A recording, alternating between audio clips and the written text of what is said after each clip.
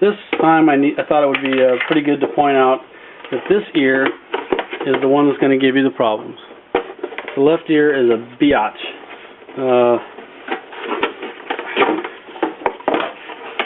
First of all, this cut in here is way too deep. It needs to be much more shallow and much more curved.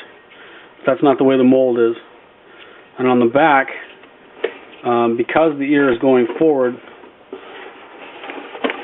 this needs to fit into the helmet, so that's not looking too bad right there.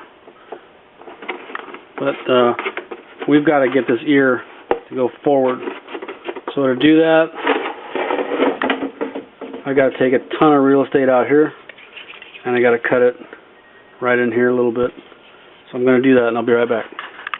As you can tell, I've cut a ton off this ear to make it fit correctly. And also notice that there's webbing on the tube here that needs to be cut off. Luckily this is only styrene, so I can trim that down, sand it, primer it, you'll never even see it. But this will give me the correct position in the ear that I want. So I cut a little bit off the bottom, and I cut quite a bit off the top here. If you remember, it was down here. So because I'm leaning the ear so much more forward, I needed to take some out here, and so I did that. And I also kind of got rid of the webbing that was here. Everything fits pretty much how I want it to fit now. Kind of have to force the issue a little bit on this ear. I made sure that my line lines up here. So I'm going to go ahead and drill the first hole.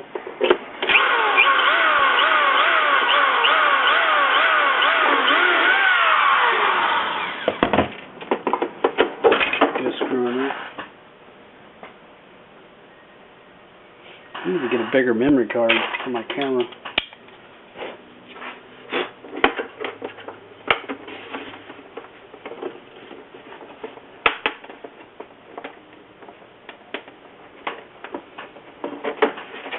Okay, like the rest of them, this one just goes down snug. Okay, so I have the top hole drilled. I got the screw in. I got the placement where I want it. Now I'm going to drill the bottom. So like I did before, I hold the helmet up against the table. I get the placement where I want it.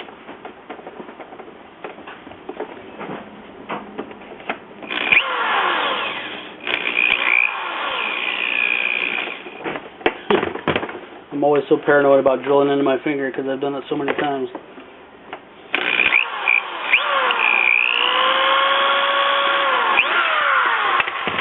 Okay. Now I've noticed on this hole that sometimes you have to go with a longer screw depending on where the ear placement is.